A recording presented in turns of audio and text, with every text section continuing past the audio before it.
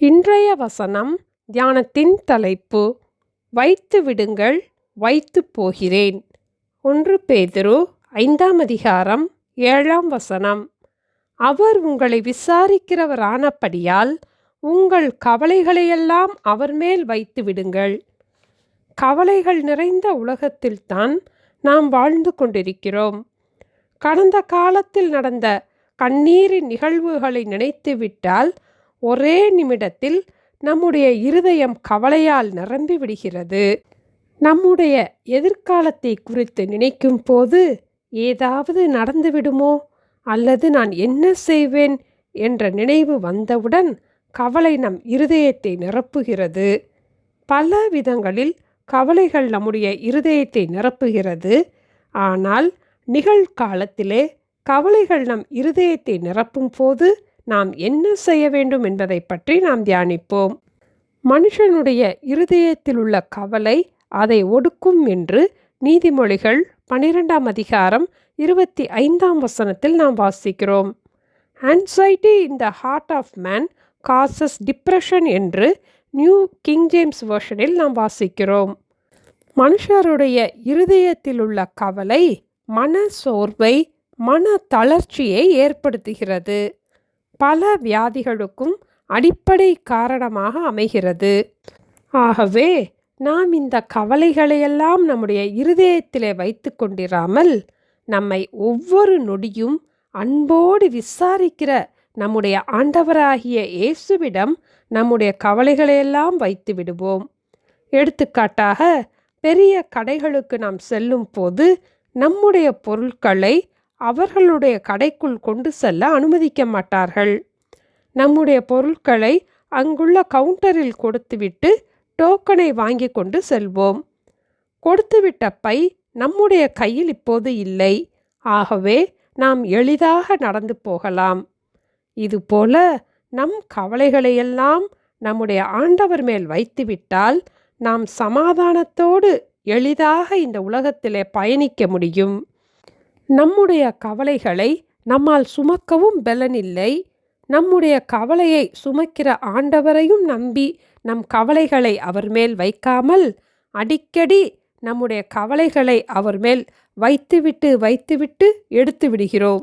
கவலையை நம்முடைய இருதயத்திலே வைக்காமல் ஆண்டவர் மேல் வைக்க கற்றுக்கொள்வோம்.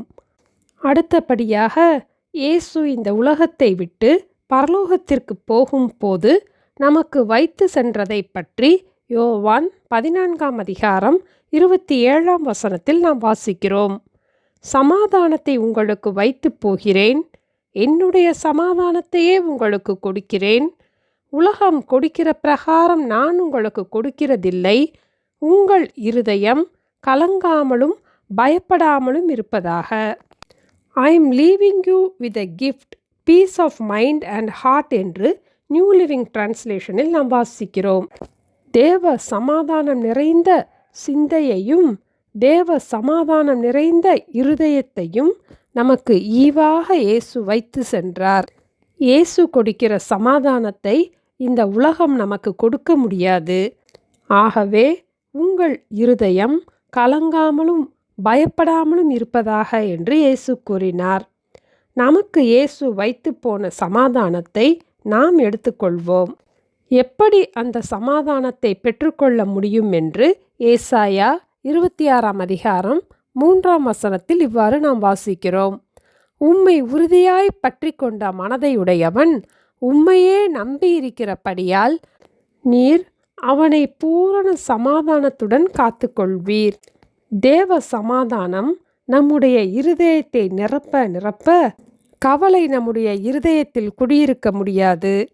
தினமும் நம்முடைய இருதயத்தின் கவலைகளையெல்லாம் ஆண்டவர் மேல் வைத்து விடுவோம். இயேசுவை உறுதியாய் பற்றி கொண்டு அவரையே நம்பி அவர் நமக்கென்று வைத்த தேவ சமாதானத்தோடு இருக்க ஜெபத்துடன் பிரயாசப்படுவோம். சுருக்கமாக, நம்முடைய இருதயத்தில் இருக்கும் கவலைகளையெல்லாம் ஆண்டவர் மேல் வைப்போம். இயேசுவின் சமாதானத்தை நம்முடைய இருதயத்திற்குள் வைப்போம். அவர் உங்களை விசாரிக்கிறவரானபடியால் உங்கள் கவலைகளையெல்லாம் அவர் மேல் வைத்து விடுங்கள். ஜெபிப்போமா? எங்களை நேசிக்கிற எங்கள் அன்பின் ஆண்டவரே, எங்களை விசாரிக்கிற அன்புள்ள தேவனாக எங்கள் மத்தியிலே நீங்க உலாவிக் கொண்டிருப்பதற்காக ஸ்தோத்திரம் அப்பா. எங்களுடைய இருதயத்தை ஒடுக்குகிற எல்லா கவலைகளையும் உங்களிடம் நாங்கள் கொடுத்து விடுகிறோம் அப்பா. எங்களுக்கென்று வைத்து போன தேவ சமாதானத்தினால் எங்களுடைய இருதயமும் சிந்தையும் நிரம்பி இருந்து கலங்காமலும் பயப்படாமலும் நாங்கள் ஜீவிக்க எங்களுக்கு கற்றுக் கொடுக்க வேண்டுமாய் இயேசுவின் நாமத்தில் ஜெபிக்கிறோம் பிதாவே. ஆமென். Thank you. Have a blessed day.